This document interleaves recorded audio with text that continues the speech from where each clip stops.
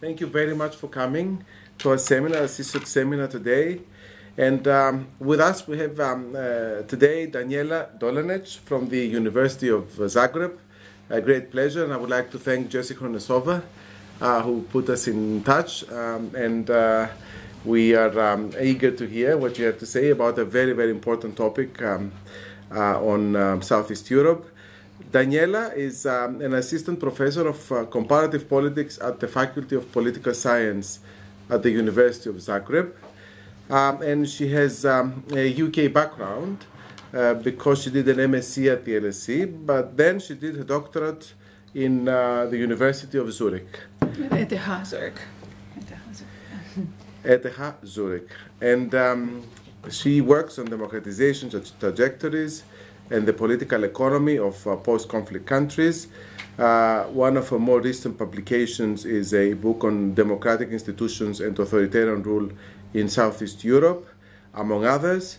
And today she's going to talk about democratization in Southeast Europe. No class conflict. Is it a question mark or, yes, or an exclamation mark? An exclamation mark. It's a question mark. Yes, but you're going to give us the answer. Yes. Okay? Yes. Shall I begin? Yes, do. Okay, all right. Thank you for inviting me. It's a pleasure to be with you today. So I will use the time that I have to do the following. Start very kind of broadly. I want to say something about what I think is going on with democratic development in Southeast Europe, but the way I will do this is by focusing on political party competition. And in order to do that, I will say a little bit, and knowing that I can rely on a knowledgeable audience, but saying a little bit about LIPSET and ROKKAN's theory of political party competition, because it will help me compare what I think are important differences between the first and the third wave of democratization, and then explain why and in what way is that linked to my overall question, the question of whether, socioeconomic cleavages, so class cleavages, are represented in politics in Southeast Europe today. Which is why I've put on the slide the question why no left is left. This will, this argument will be developed in three circles. So more broadly, I will say a little bit again about European social democracy, because here I will rely on general knowledge. Then say a little bit more about why I think in Southeast Europe, Europeanization and Meyer's idea of hollowing out of political competition has contributed to the weakness of the political left. And then the third part of that argument focuses on specifically Southeast Europe and the nationalist mobilizations that happened in the 1990s, and how that then, in a sense, kind of nailed the last nail in the coffin of social democracy in Southeast Europe. So that's basically the roadmap of what I'll be covering. If at any point during the talk you feel the need to intervene or ask, that is perfectly fine, and hopefully, I'll try and kind of move us all along together. So what do we need from the original theory? What we need from the original theory is a reminder that in representative democracies, the role of political parties is to aggregate interests of citizens into programs and commitments. In other words, I think that LIPSET and ROKKAN are important because they remind us that political parties are a kind of a transmission belt between what we think is going on in society, and they play an integrative role by supposedly institutionalizing social conflict, and in that effect then legitimizing the whole idea of a representative democracy, representing social groups and their interests. As you all know, LIPSET and ROKKAN said that political cleavages in different societies fall into two basic types. The first being territorial cultural, meaning issues revolving around questions of nationhood, statehood, urban-rural cleavage, secularism, religion, and so forth. And the second one, which they call functional, was historically related to the introduction of socialist and social democratic parties in government. In other words, this functional conflict is supposedly relating to class cleavages in society. So the antagonism between workers and capitalists, to put it very bluntly. Then, going from there, we can say that any political system we choose to analyze will be different empirical configurations of these key poles, right? So sometimes the territorial cultural cleavage will revolve more around questions of nationalism versus universalist values. In other contexts, in other countries, this will revolve around authoritarianism versus democracy. In other contexts, secularism versus religious issues will be most important. Similarly, the functional conflict, if you look at the 20th century and then 21st, sometimes has a more kind of a moderate feel to it. So it revolves around distributive allocative conflicts, meaning questions about how do we redistribute resources from taxes, do we give more to education or to the military. But in other periods in history, this takes on a more dramatic form of free market versus state interventionism, or even we can say at given points in time pro and anti-capitalist claims and demands. Other ways in which this has been represented in the literature, for those of you who are more familiar with political theory, for instance, Nancy Fraser, when she talks about redistribution versus recognition claims, or simply put, identity versus interests. That's kind of, I think, a shorthand way of thinking about these two main cleavages, and then looking at how political parties over time represent them and which of these two cleavages seems more dominant. That's kind of where we start from. Now, why is this and how is this important for Southeast Europe today? So, as this previous slide has shown, the theory dates from 1967, and most of what, actually all of what they referred to in terms of historical context referred to the long first wave of democratization. So the one that we place from the late 19th century onto the first half of the 20th century. Many have written about this, many authors have written about the first wave of democratization, but here I've put the textbook version from Dahl, which said what are the most important elements of this first wave. First, the move to incorporation, so winning the right to vote, going all the way to universal suffrage. Second, the strengthening and development of representation. In other words, the right to organize political parties and contest elections for parliament. And historically, this has also been related or linked to changes in electoral systems from majoritarian to PR systems. When once there was universal suffrage, this had the effect of strengthening socialist and social democratic parties, which then gave the governing elites incentive to change electoral systems in order not to allow easy majority to social democratic and socialist parties. The most important, and the third kind of element which completes this story of how democracy was developing in the long first wave is related to the incorporation of socialist and social democratic governments into government. So this took place.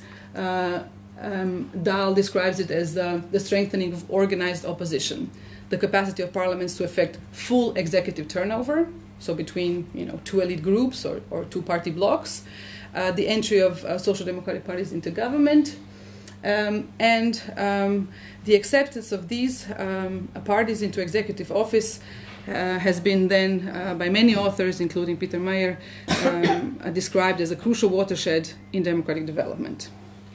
In other words, if we look at the historical experience of Western Europe primarily and the long first wave of democratization, I think it's fair to say that democracy was extended, deepened, or qualitatively improved from below through struggle for incorporation, representation, and opposition. In very strong contrast to that, as again I'm sure you are aware, the third wave was very different. So the third wave here I refer to Huntington's divisions of waves in which democracy spread across the world. The third wave is usually considered to have begun in Southern Europe in 1974 in Portugal, and then extend from Spain and Greece onto other regions of the world. But here today I refer to the third wave as it's due to its importance for Eastern Europe. Now, in Eastern Europe, in contrast to what I've just described as characteristic of the first wave, we have had what we can call top-down regime change. So, as you probably know, the transitions which have made the most coverage in academic literature, those of Poland and Hungary and so forth, have been described as pacted transitions, negotiated transitions between elites, and they have.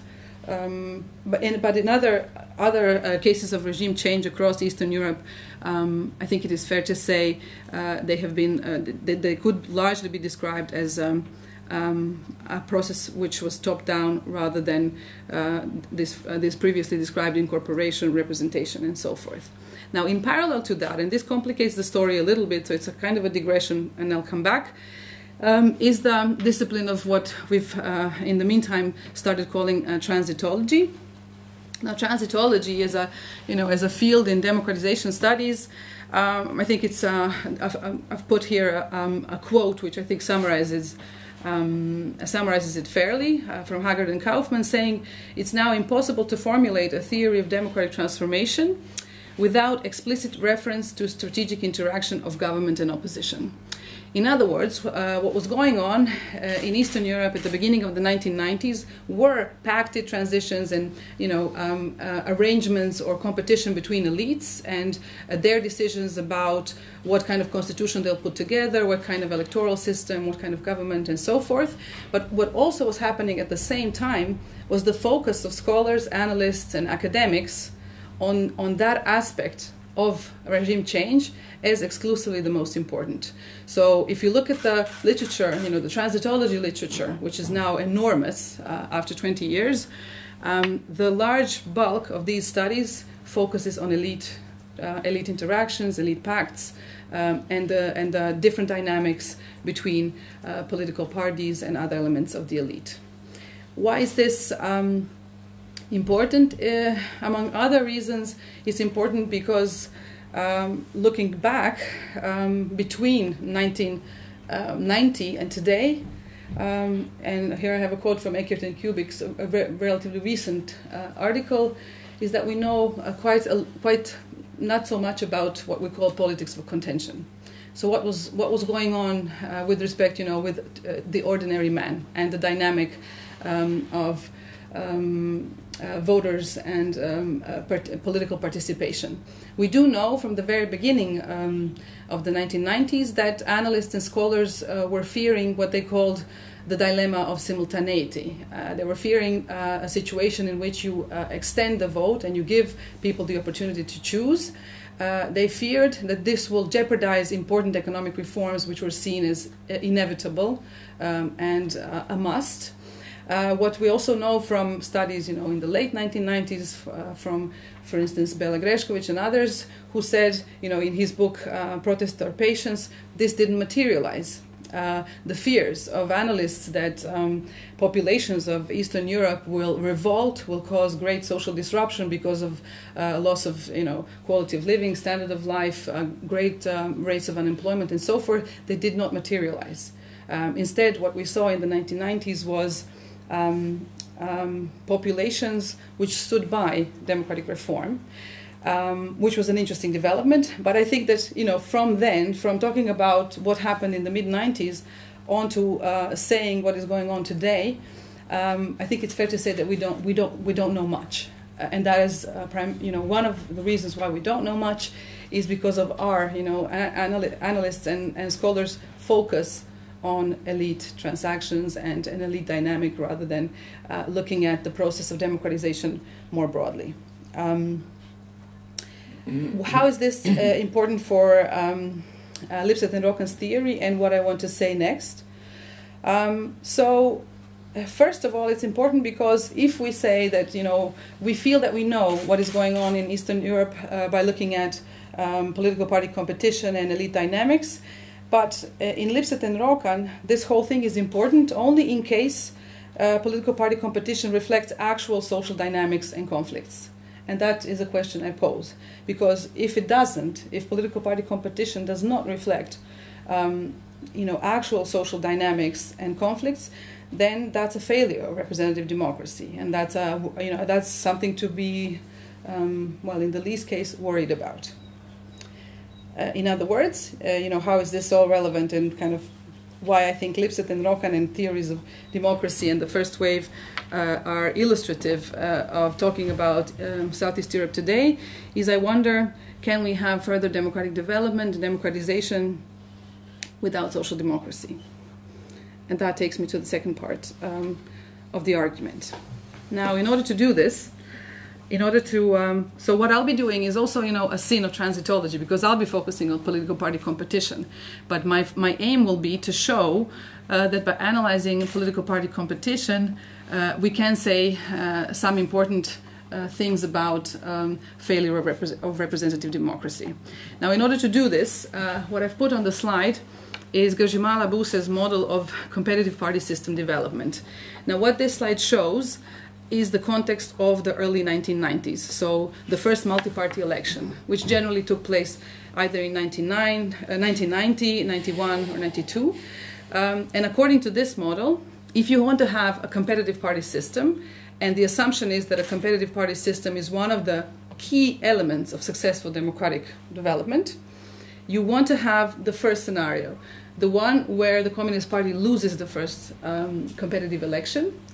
And if it does, that first of all signals that there was democratic opposition to communism, and it encourages the Communist Party to reform, to refashion itself according to Western-style European social democracy, and then contest following elections as a European Social Democratic Party. So that was, in her model, the best scenario. And then she developed this one. I put in a bit of a shade, because this kind of sub-scenario is only relevant for the Czech Republic, and so she gives it a bit too much emphasis because she knows the Czech case really well. I don't think that's so important, where you have a Communist Party which stays unreformed, so it contests further elections as a Communist Party, which according to GRZYMALA-BUSSE is not so good, given that nobody wants to go into coalition and into government with them, and hence the kind of the center-left part of the party spectrum is weaker long term. But that's that didn't show that didn't turn out to be a relevant scenario in other countries. So I think that's why we don't need to focus on that today. So remember, the most successful according to her scenario, and then the least successful, the ones which will cause, in her theory, state capture and problems with corruption and rule of law, but by extension then, of course, also limitations to democratic development, is situations where you have multi-party elections, but the Communist Party wins. It's no longer called the Communist Party, it's called the Socialist Party, or usually it's called the Socialist Party, and it wins, which signals, first of all, that the democratic opposition to communism was weak, it was fragmented, it was difficult to put together, and it didn't. And that also signals a lot of other things about these societies. But in her argument about competitiveness of party systems, this then means that you don't have two poles which have comparable strength. And in her model, if you don't have that, if you don't have a good threat of replacement, if you don't have competitive elections which are uncertain in their outcomes, that is really bad, not only for state capture and corruption, but it's also bad for development of democracy. Now, putting countries, I've put a couple. I think these are all. Okay, so she only looked at Central Eastern Europe. So she talked about Poland and Hungary as the cases which conform to the kind of the most competitive scenario. And according to her, when she was writing this, these were the successful cases.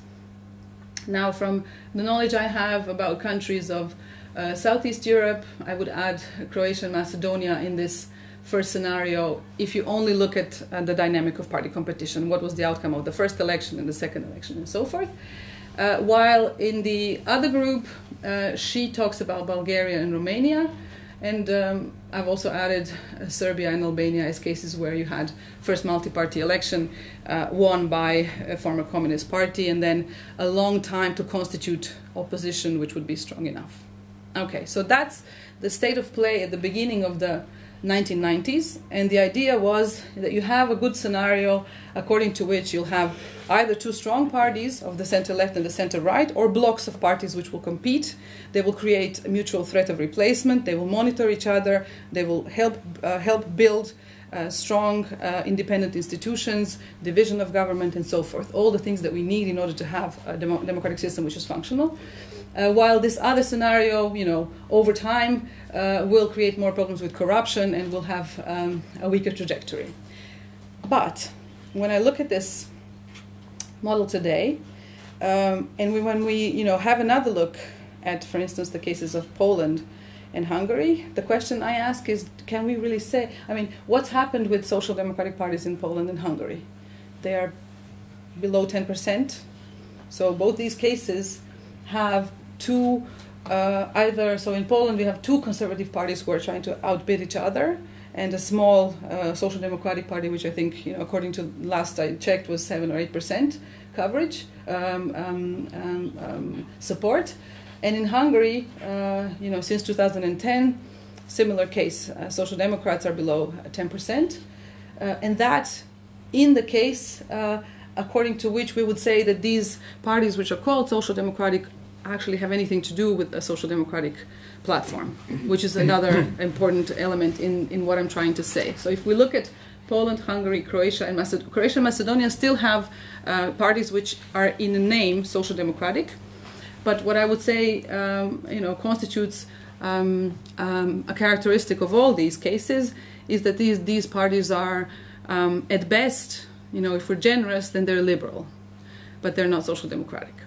In the other case, Bulgaria, Serbia, Romania, Albania, again, some of these countries today, all of them have parties in name social democratic, but in platform, not even liberal, but definitely not social democratic.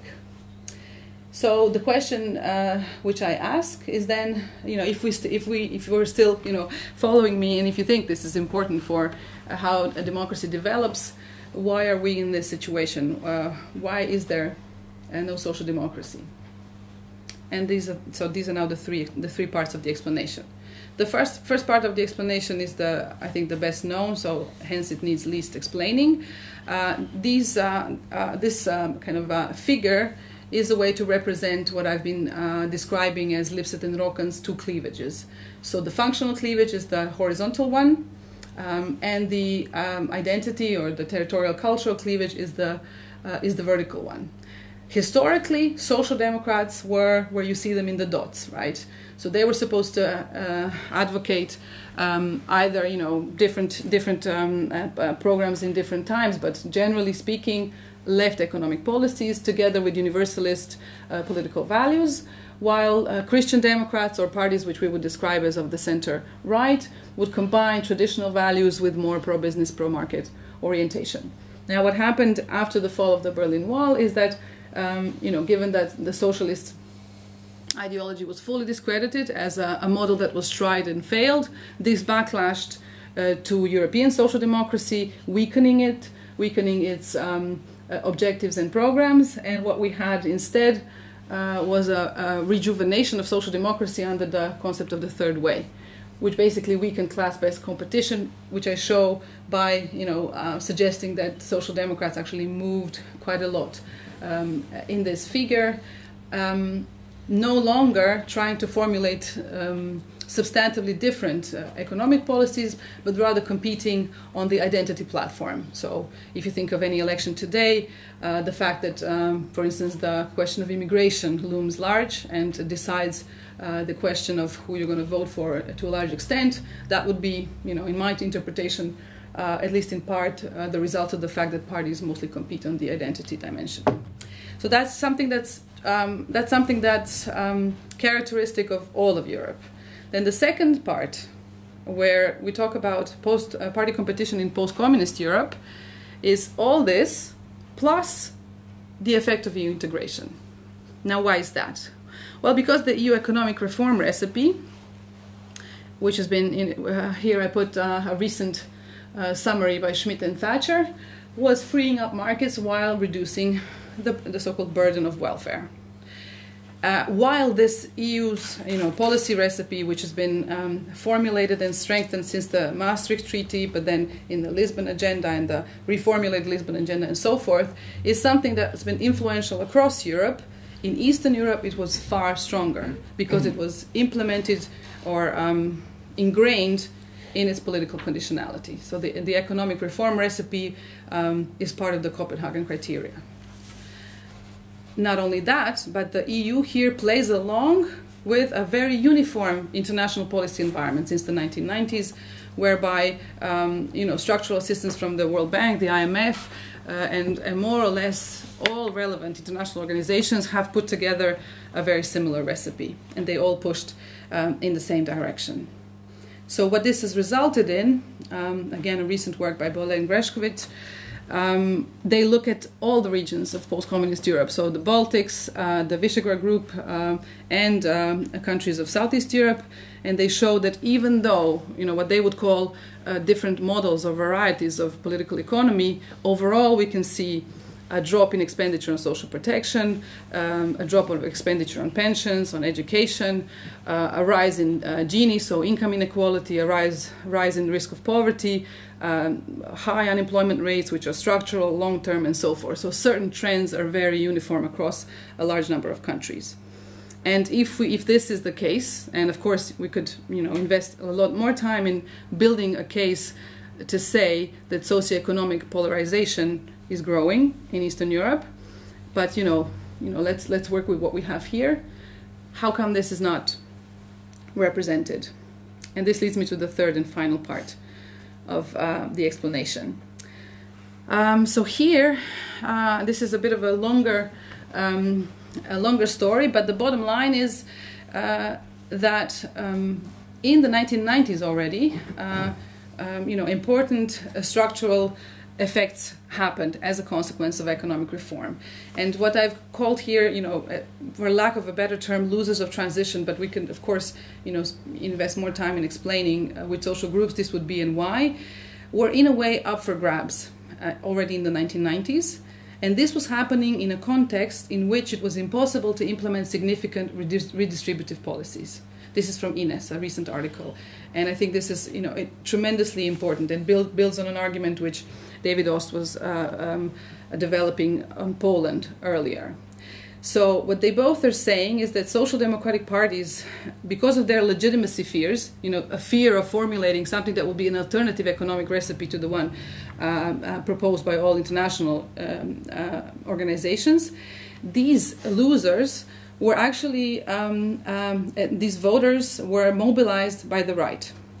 As Ost says here, people's anger was redirected by political entrepreneurs where possible into nationalist distinctions, and if not, then lustration fever, religious fundamentalism, and so forth. So it's either atheists, it's communists, in Croatia it's Yugoslavs, and all sorts of phantom menaces which which kind of take the place of the other. That this is so, again, I remind us of the cases of Poland and Hungary, which in the transitology literature of the 1990s were the stars of the democratic transition. And why is this bad for democracy? Ost argues, and I think it's a convincing argument, even though, of course, we can debate whether this is so. He says that historically speaking, the socioeconomic cleavage is more conducive to democratization than identity one. Why? Because if we argue about how the economy should be organized, that is less destructive than if our dispute is essentialist. It's related to identity, which is ethnic, sexual, or any other. So according to him, in identity conflicts, the other is always formulated as the enemy, and that is not a situation of tolerance and compromise, which is what a democracy requires. Hence, this leads me to the third part, relevant for Southeast Europe, and here I confess, most knowledge and most insight coming from Croatia, the case which I know the best. So putting all this together, we have the story of European social democracy, we have the story of the international policy environment with respect to economic reform, and now how this then plays into the context of war and conflict in the 1990s. in a number of these countries, former Yugoslav republics, state building was happening through war and conflict. What this means, when you look at the context of the early 1990s, is that no internal divisions within society are tolerated. And that is, activities, so I put it this way, activities that would in another context be considered as strengthening pluralism, were in the context of, early 1990s Croatia or Serbia, treated as disloyal behavior corrosive to the republic. For instance, in the case of Croatia, in 1991, we had something that was called the Government of National Unity, meaning that even though Tudjman was president and HDZ had the majority in parliament, all parties were parties of government. The idea was you cannot have any internal division or dispute over what will be the order of government, what is the direction of policy or any such matter. So in the 1991-92 context, for instance, all social conflict activities of unions were suspended. Everybody signed agreements saying we do not have social and economic conflict and disputes while state building is happening in a threatened environment. Why this again? How this builds or how this is relevant for this whole story about political cleavages is that according to Kitchelt and others, not all cleavages work the same way. What he argues is that as long as there is conflict over the division and definition of the political community, they hinder development of other functional conflicts. So, think of cases like Macedonia and Bosnia. For as long as there isn't a definitive agreement on the political community, can other things even come onto the political agenda? That's what Kitchell says, that it's like a preeminent cleavage which structures all party competition and to a large extent the politics of a given country.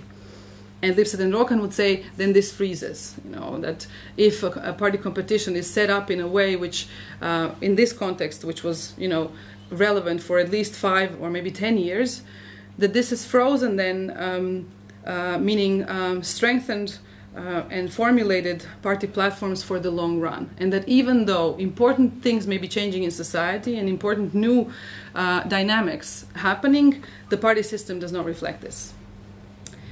And to simply kind of be more plastic about why social democracy or anything that will be equated with a socialist development paradigm was even further delegitimized in the Yugoslav context is because it was equated with Yugoslavia and it was equated with aggression. So when you said, when you say communists in Croatia, you immediately also evoke Yugoslavia, the Yugoslav question, the Yugoslav future, and then aggression, and so it became intertwined also with the ethnic issue and the conflict and everything else. So to conclude, this is the one before the last, so I think I'm doing quite well on time as advised.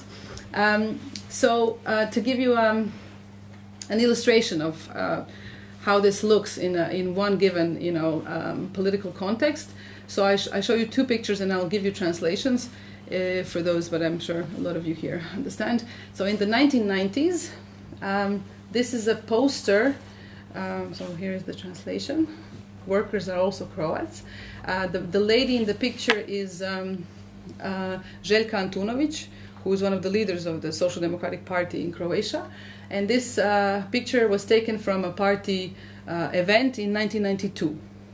And why I really, really like it, so I'll put it back because I like it this way better, is because I think it's a very plastic illustration of what happened overnight, literally, in the context of Croatia and other former republics of Yugoslavia. So workers who are, the preeminent identity and the kind of the legitimation of the whole regime were replaced with an ethnic identity. And what a social democratic party is doing here is, trying to save some dignity to the concept of the worker by saying they're also Croats, which I think that's a very kind of strong illustration of how poorly they were doing. And now today, what this other poster is saying is in 1991, fighting against Yugoslavia, in 2014, fighting against Yugoslavs. And this is taken from a protest by war veterans, which is still ongoing. It started in October last year by a group of war veterans in front of the Ministry of, we have a Ministry of War Veterans, even though War Veterans is not a literal translation, literally it would be Defenders of Croatia. They basically did not register a protest, but they have been there for about, well, now it's almost 4 months.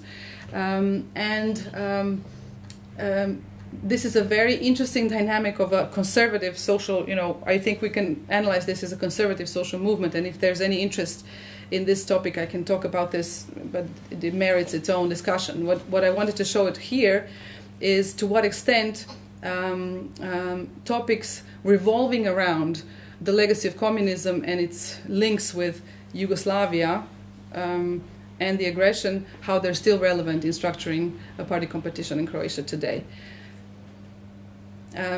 Okay, and then to conclude,